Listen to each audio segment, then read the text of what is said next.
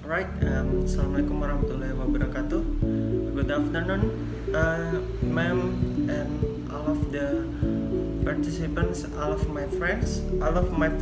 Before we present our material, I'd like to introduce myself and my partner. My name is Anifin Mansyah, and we are from fourth group, and the material is why do law explanation. And now we got into the material why do law explanation. This chapter introduces some of the ways of philosophers have tried to deal with grave metaphysics. Problem about science and reality raised by the power of law to explain. Alright, the first, what is the law of nature? The logical empiricists identified several features of a law on which there has continued to be widespread agreement.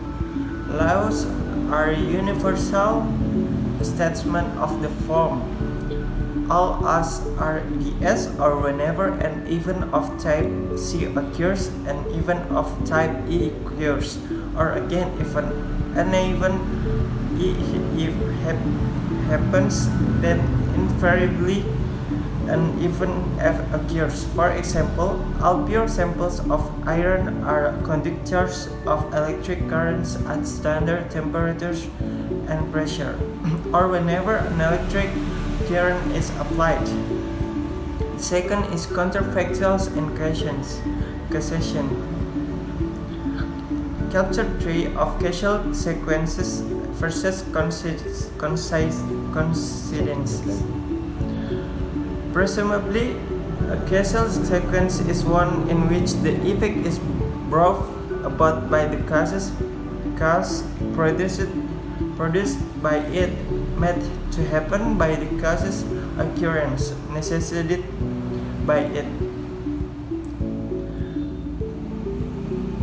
The first event and the second in a coincidental sequence. But what does this causal necessation consist in? As David Hume suggests, there does not seem to be any clue or other observationally or theoretically detectable connection. The next material could be explained by Aji. Okay, I will explain number 3. Number 3 is coming to grip with nomic necessity.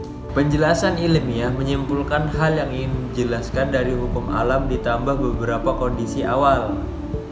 First, yang pertama, itu menghubungkan menjadi hukum dengan unit deskripsi ilmiah yang lebih besar, karena sistem aksiomatik yang dimiliki setiap hukum sebenarnya adalah teori dunia. Yang kedua, ini pendekatan menganalisis gagasan tentang kebutuhan fisik alami atau ekonomi ke dalam gagasan kebutuhan logis yang dipahami dengan baik dengan hanya mengacu pada aksiomatik sistem di mana pernyataan terkait satu sama lain secara logis diperlukan hubungan deduktif.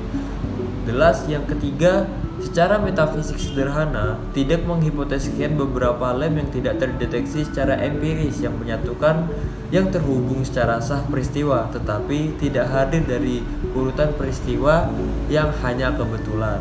And number 4, denying the obvious. Yang keempat adalah masalah yang ditimbulkan oleh perbedaan antara hukum dan keteraturan yang tidak disengaja menakutkan. Mereka pasti akan memungkinkan kita untuk bersimpati dan menghargai upaya positif logis untuk mengecualikan pertanyaan seperti hanya spekulatif metafisika dalam arti merendahkan istilah itu. Itu saja dari saya.